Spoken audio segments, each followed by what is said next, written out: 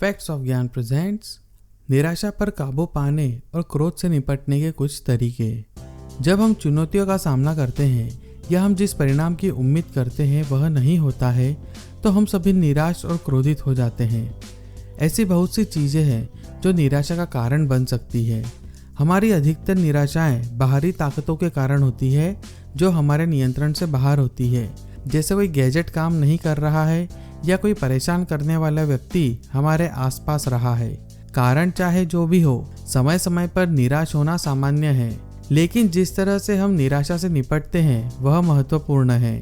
तो यहाँ कुछ तरीके दिए हैं जिनसे आप अपनी फ्रस्ट्रेशन को कम कर सकते हैं। तो चलो वीडियो को शुरू करते हैं। नंबर 1, सांस लेना। आराम से नियंत्रित श्वास मस्तिष्क के केमिस्ट्री को बदल देता है।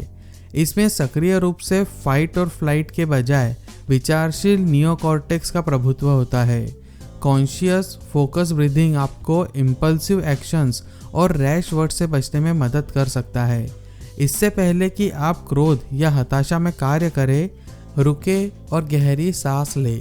सांस लेते हुए धीरे धीरे 5 तक गिने, फिर सांस छोड़ते हुए 5 तक गिने।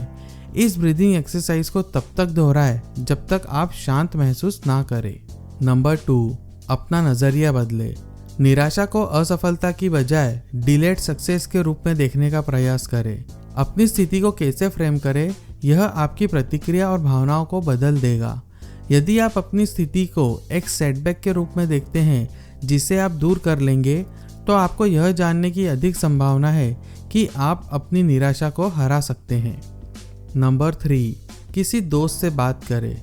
किसी से ऐसी किसी भी बात करने के बारे में बात करना हमेशा अच्छा होता है जो आपको परेशान कर रही हो।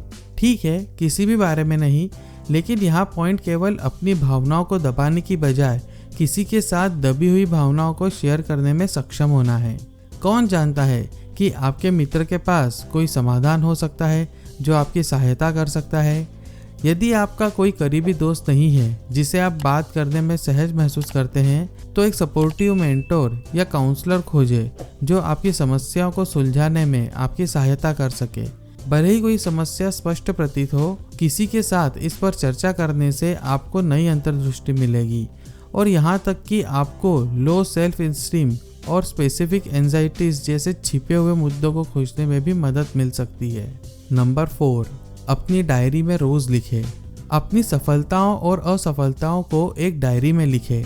अपनी सफलताओं पर नज़र रखना मोटिवेटिंग हो सकता है और इस तरह उन गतिविधियों पर नज़र रखना जो आपको लगता है कि आपको सीमित कर रही है, सहायक भी हो सकती है। इस तरह आप चेक और बैलेंस रह सकते हैं कि आपके लिए क्या काम करता है और क्या नहीं। नंबर 5, वास्तविकता स्वीकार करें। आपको अपनी वास्तविकता की भी जांच करने की आवश्यकता है। यदि आपने कुछ हासिल करने के लिए अपनी शक्ति के भीतर सब कुछ किया है और यह अभी भी काम नहीं कर रहा है, तो आपको इसे वैसे ही स्वीकार करने का प्रयास करना चाहिए जैसे यह है।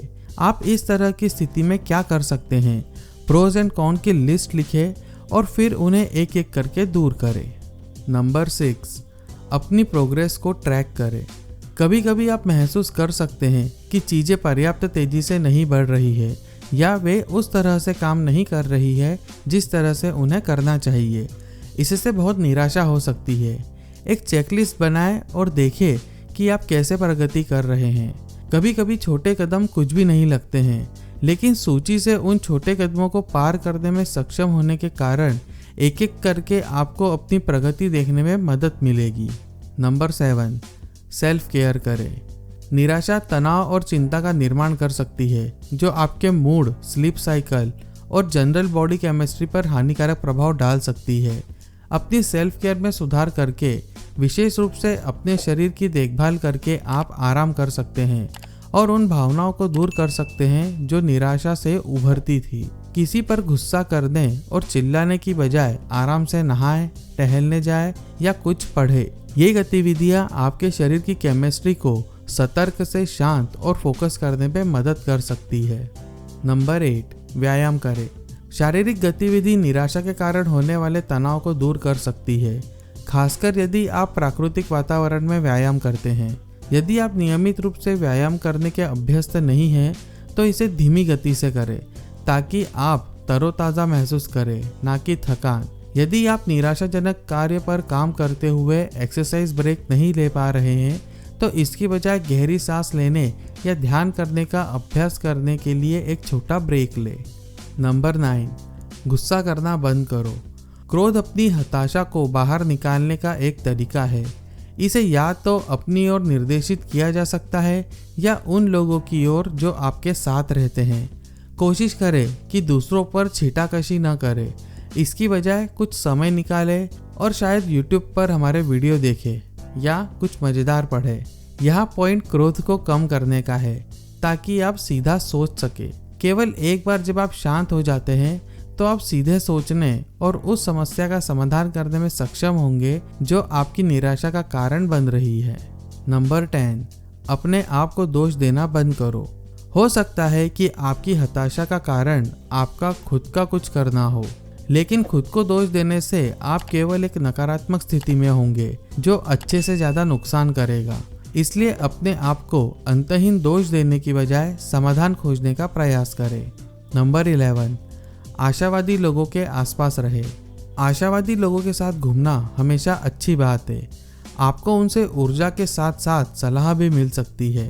हो सकता है कि उन्हें भी आपकी जैसी ही परिस्थितियों का सामना करना पड़ा हो जिससे वे आपको चीयर अप कर सके। नंबर 12, सकारात्मक रहने की कोशिश करें। पिछले समय के बारे में सोचने की कोशिश करें कि आपको क्या क्या कठिनाइयाँ हुई है और फिर उनसे पार पाने का प्रबंध करें। अपने आप को याद दिलाएं कि यह भी बीत जाएगा, यह हमेशा होता है। इसलिए अपने ब्लेसिंग्स को गिने और देखें कि आपने अतीत में कहाँ कहाँ विजय प्राप्त की है। एक सकारात्मक दृष्टिकोण आपको इससे उबरने में मदद कर सकता है। हम सभी के पास रफ पैचेस होते हैं और हम समय समय पर निराश हो जाते हैं। जब तक आप अपने लक्ष्यों और सपनों की दिशा में काम करते हैं तब तक आपको किसी न किसी तरह की निराशा का सामना करना पड़ेगा। यह अपरिहार्य है, लेकिन याद रखें आप इससे कैसे निपटते हैं यह महत्वपूर्ण हिस्सा है। आप फ्रस्ट्रेशन एंड एंगर को कैसे संभालते हैं नीचे कमेंट बॉक्स में ज़रूर बताएं। आई होप आपको वीडियो अच्छा लगा होगा। वीडियो को लाइक करें, इसे अपने दोस्तों और रिश्तेदारों के साथ शेयर करें। क्या पता कब किसी की मदद हो जाए। इसी तरह की और वीडियोस को देखने के लिए चैनल को सब्सक्राइब करें और नोटिफिकेशन बेल को भी दबाना ना भूलें।